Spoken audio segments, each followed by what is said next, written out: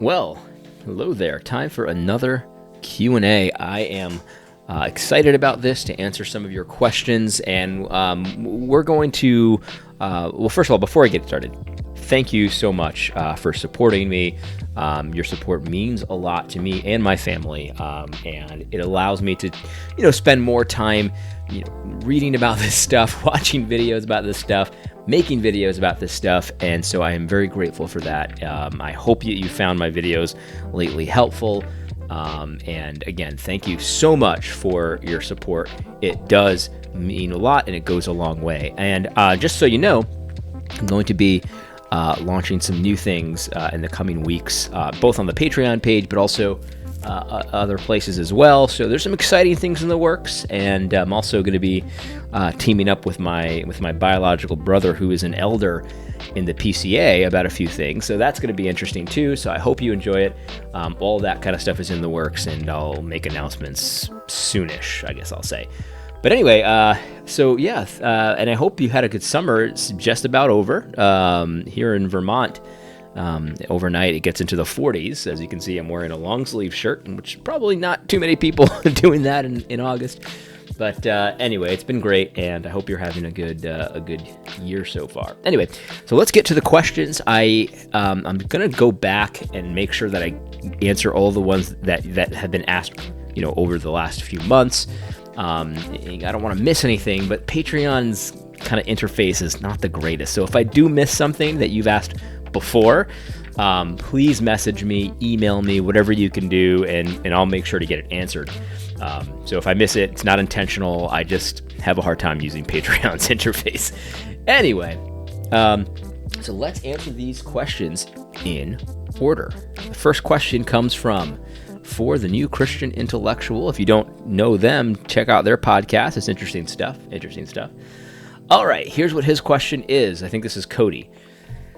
Could you tell us how you organize your time and keep up with different clients, plus keep up with your family and your content creation? Yes, I can tell you that. And this is, look, there are times when I'm more disciplined at this, and sometimes when I'm less disciplined at this. There's no question about it. So it's always an ebb and flow, and I try to be as disciplined as possible. But it's not always possible especially when you have little young kids and stuff like that.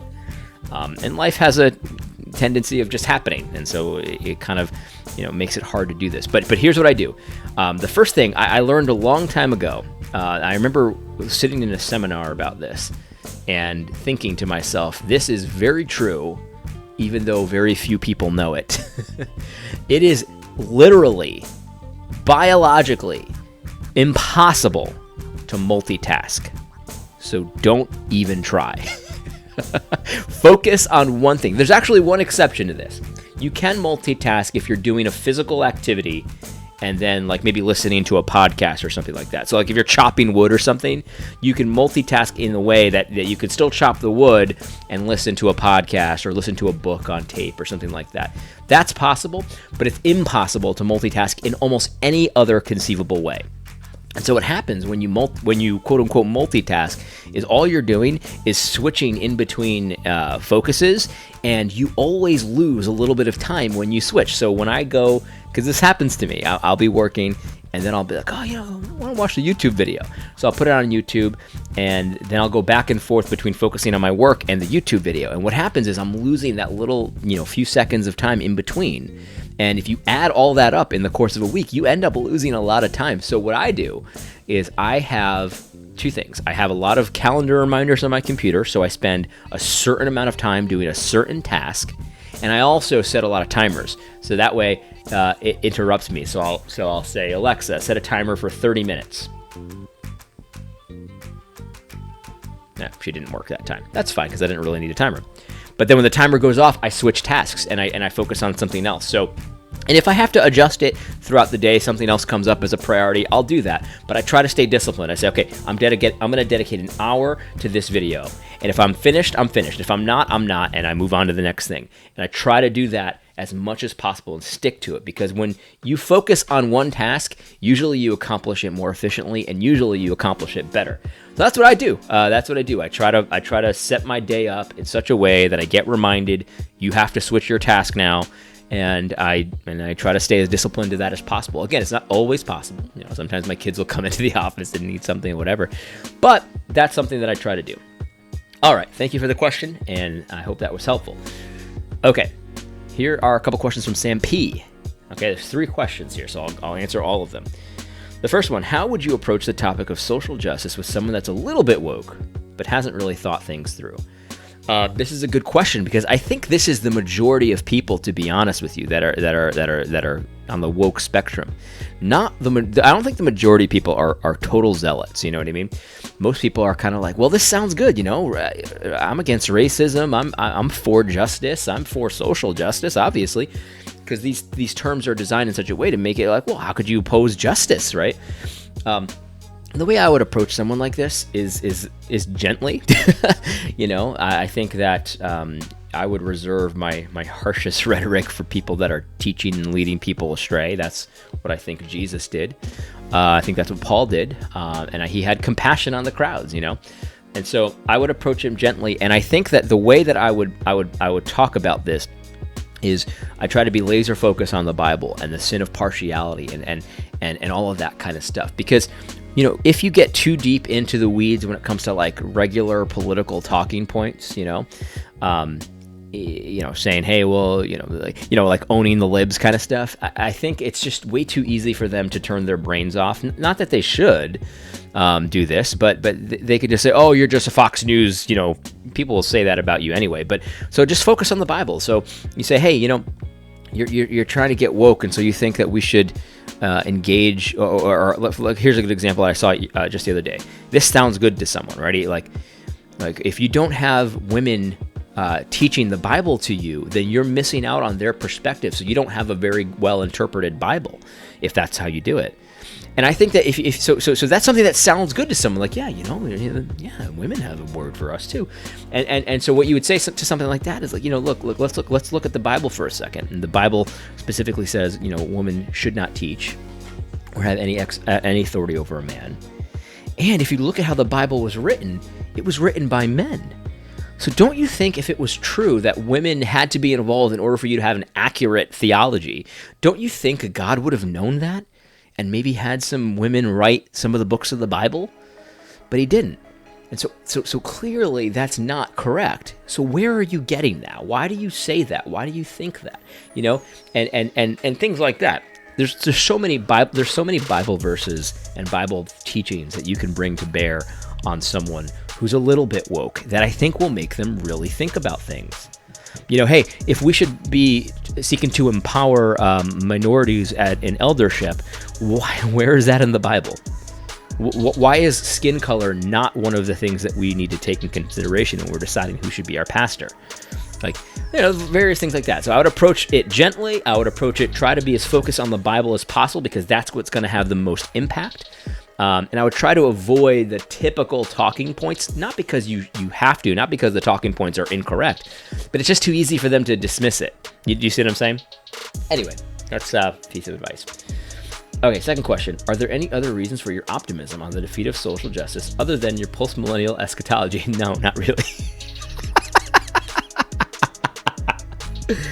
Oh, man. No, I don't think so. I don't think so, because this is a funny question. Yeah.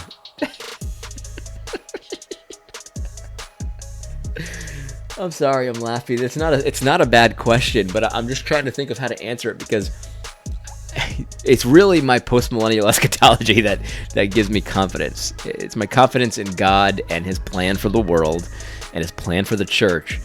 And I'm thinking that's probably the only thing, because if you really consider how things are going, doesn't look like they're going very well.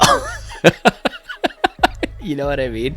And again, like, maybe there are something, but I can't think of anything right now. I mean, think about what we're being told by our evangelical leadership, right?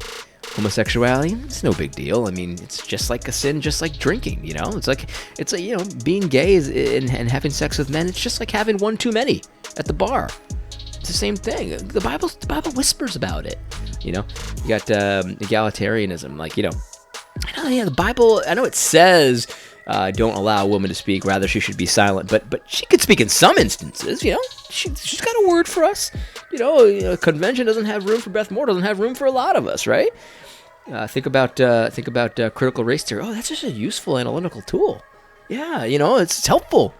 It's helpful. I know it chops up the world into power dynamics and things like that completely inappropriately according to Scripture, but it's very helpful for us. In fact, we need it. The Bible isn't enough for this. Goodness gracious. Ay, ay, ay. Well, the family, the biggest problem that we face is the idolatry of the family. I know it says, be fruitful and multiply, but people take that way too seriously. It's idolatrous. I mean, like, on every major issue, our evangelical leadership is wrong, is trending to the antichrist side of these things. So there's really not a lot to give me confidence in that. What I will say, though, is, Sam, and maybe this is what you were getting after, I don't know. What I will say, though, is I think that those on our side of this issue, who are on the right side of this issue, we might be smaller in number, we might not have as much funding, but we are having a disproportionate impact on this debate. And so maybe I do have more confidence in something other than my postmillennial eschatology. I don't have look. I don't really know if this is answering your question, but what I see though is little nobodies like me, little nobodies like For the Christian Intellectual who just asked this question. We don't have big budgets. We just we have a YouTube channel, we have a Facebook page, we do Cody does those videos where he's walking and he's got his selfie stick or whatever, and I mean, I like Cody. I think he's smart. But, he's an unknown out there. He's an unknown. And the work of Cody and Jacob and me and Jordan Hall and a lot of these people that have smaller platforms, we're forcing guys like Al Mohler to communicate with us, to respond to us. I mean, this is huge. This is huge, man. We're forcing them to go through their websites and delete videos and delete blogs. We are having a disproportionate impact on the big Eva machine. And so I think we're winning. I don't know if I would base my beliefs on that, my optimism on that, but I think we're having a good impact here, and I think we are going to continue to have it. That's kind of a roundabout answer to your question, I think. I hope it was helpful. I don't know. In a nutshell, what should This is the third question. In a nutshell, what should Darth Mickey Mouse have done with Star Wars? I'm not a filmmaker, I'm not a storyteller, but I think the formula, so I don't know the details of what they should have done, but the formula would have been very simple. The first movie, The Force Awakens, it should have been majority original characters, Luke, Leia, Han, Lando, Chewbacca, R2-D2, all those guys, the majority of them, with a smattering of the new characters to introduce the new generation, right? And then the second movie, Last Jedi, should have been a combination of both characters. They're helping each other out. It's a mix. And then the last movie could have been all the new characters and less of the old characters. That's what the people wanted. We wanted to see what happened to Luke and Leia in like a real story, not like an afterthought. That's what we wanted. That's all we needed. This new stuff, the First Order and stuff like that, it could have been cool, but instead, it's stupid. That's what I would have done. So, as far as the shows and stuff, the shows are okay. The Star Wars, Darth Mickey Mouse shows, they're okay. If you guys, I don't know if you guys watch Star Wars Rebels. This was made for kids, but it was okay. And then they had another one, Resistance, which is awful. And I don't know. That's my opinion of what they should have done. What they did do is just horrible, and definitely take out the SJW narratives. Come on, I mean that's a given. Get woke, go broke. All right, Paul Lucas has the next questions for me. He also has 3, which is great. So here we go. Question 1: do you see any connection between those who are part of the New Calvinist, Young, Restless, and Reform movement and those who have embraced social justice in the church?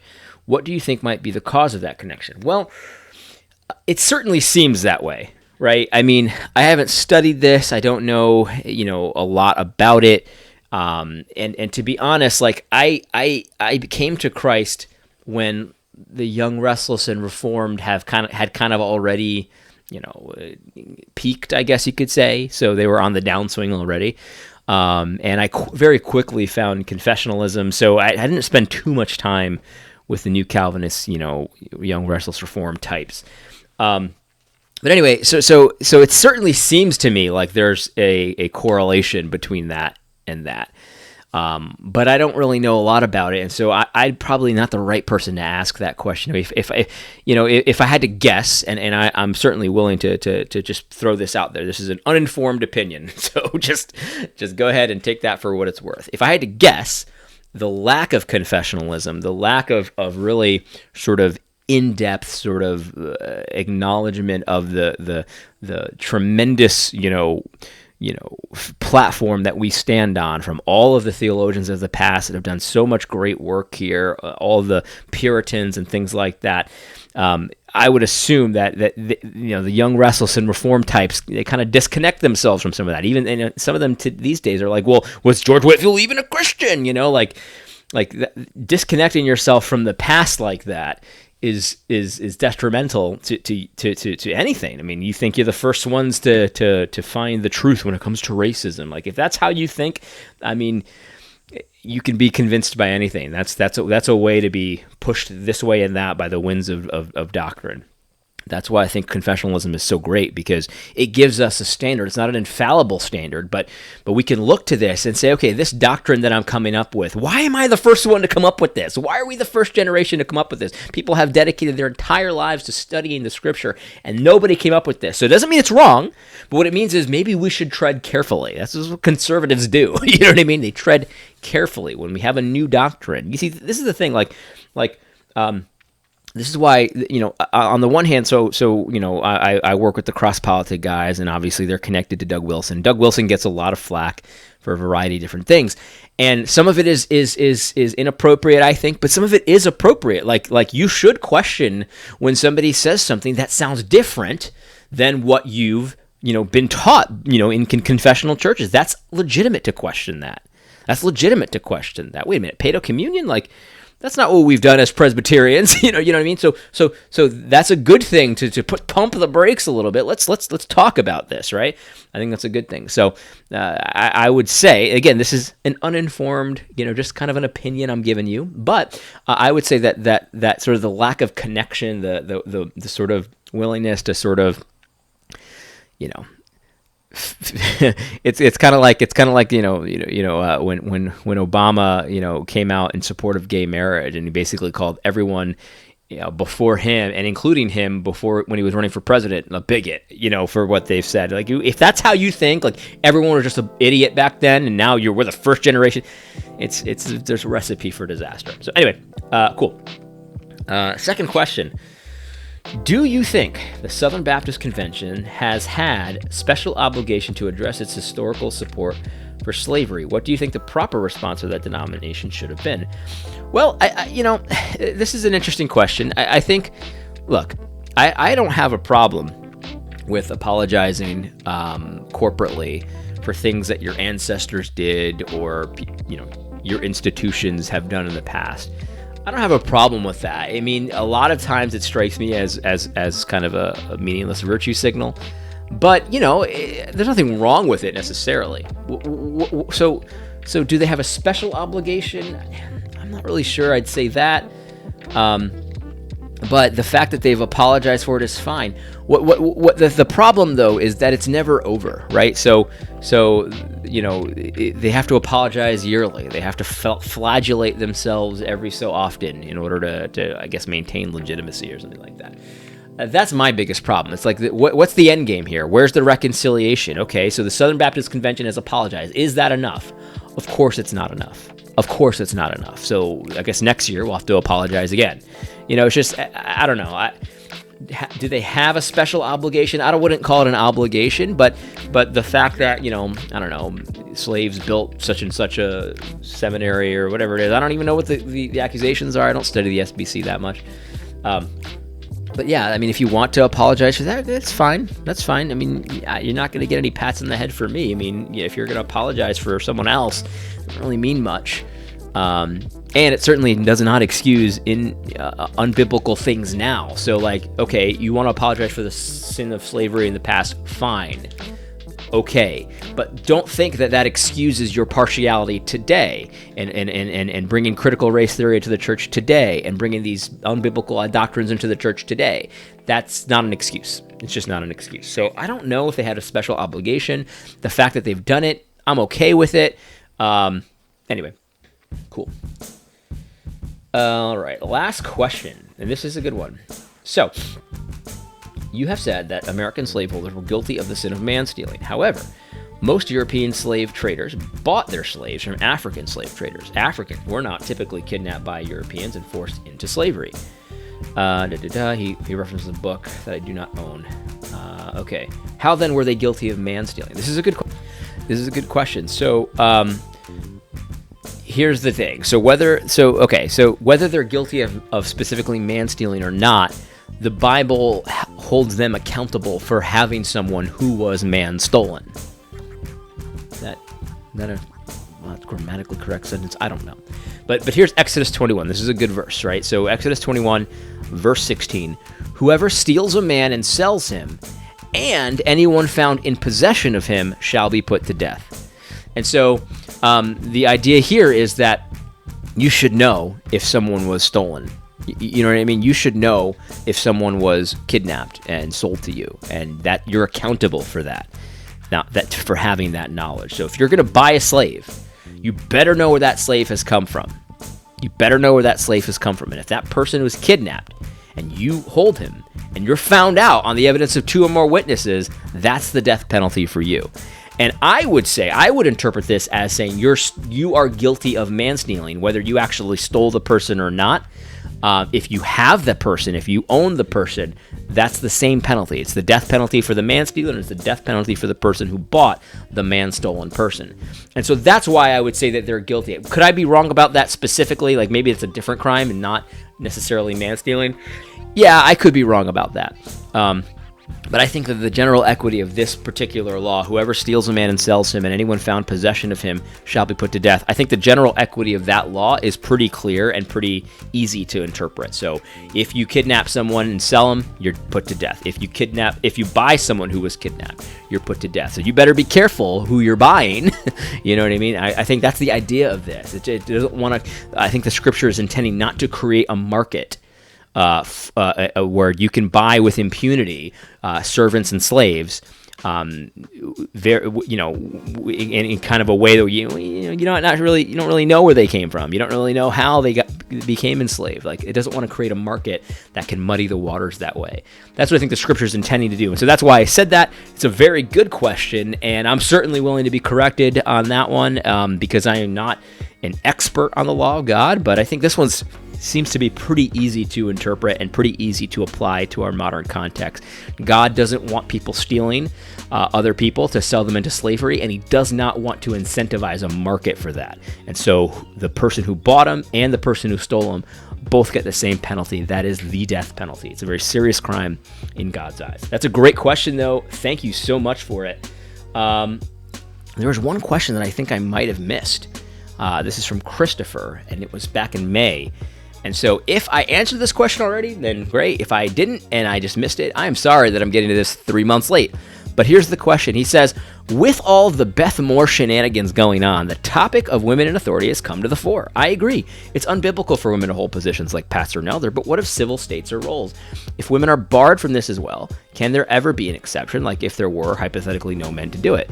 What about in business? If women are to be industrious, would that allow for being the boss of a number of employees in some capacity? And finally, what of the female superheroes? Should such a thing in fiction be frowned upon? I think that this is a good question, and I think that a lot of people who are very conservative would have disagreements on this question. I can give you my opinion on this, and I think that it's informed very much by Doug Wilson.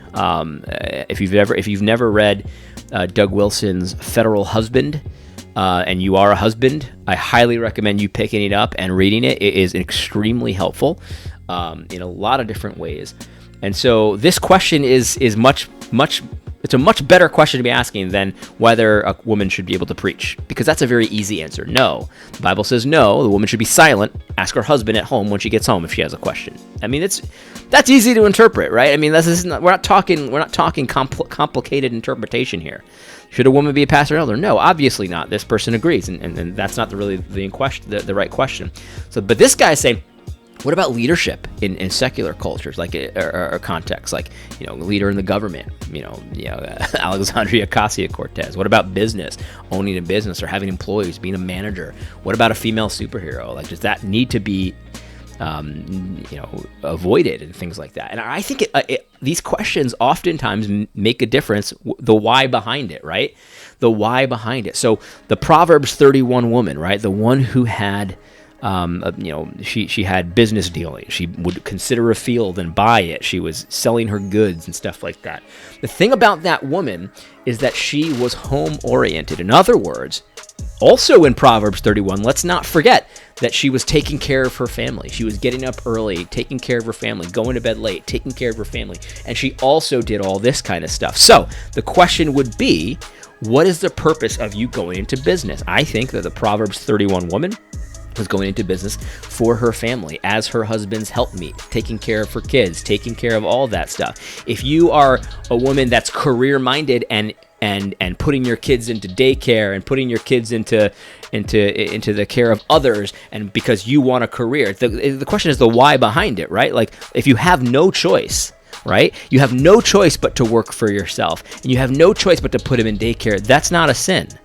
But if you want to become the CEO one day, and you got this ambition to be a CEO one day, and because of that, your kids have to suffer, your kids don't get to be raised by you, and all that kind of stuff, well, that's a problem, right? And so the Proverbs 31 woman, we can't just, and I'm not accusing you of doing this, Chris, but a lot of people do this. They'll take the parts about business and they'll try to take it out of the context of Proverbs 31, which also says all of these other things that the Proverbs 31 woman is doing. The Proverbs 31 woman is a helpmeet for her husband. That's just simple. It's just simple as that. So, yeah, as far as like if there's no one to lead the state and no men to do it, can a woman do it? Yeah, sure. The Bible has examples of that, but that it certainly seems like in the Bible that's actually a curse on your nation if that's the case. If there's no men to lead your nation, or no men to go to war for you, and your soldiers become women. The Bible uses that as an insult, and there's a reason for that. We gotta come to terms with that kind of thing. And then a female superhero, right? Like, look, I know that there are good arguments for avoiding the female superhero stuff. I personally don't really care. What I do care, though, is if they blur the lines of gender. So in other words, if there's a female superhero that is basically a male, except for the fact that she has long hair, I have a serious problem with that. Anyway, I don't know if that answers your question. I hope it does. And yeah, so thank you so much for the questions, guys. Thank you for the support again. I much appreciate it. Our family very much appreciates it as well. Thank you so much. I hope this video was helpful. God bless.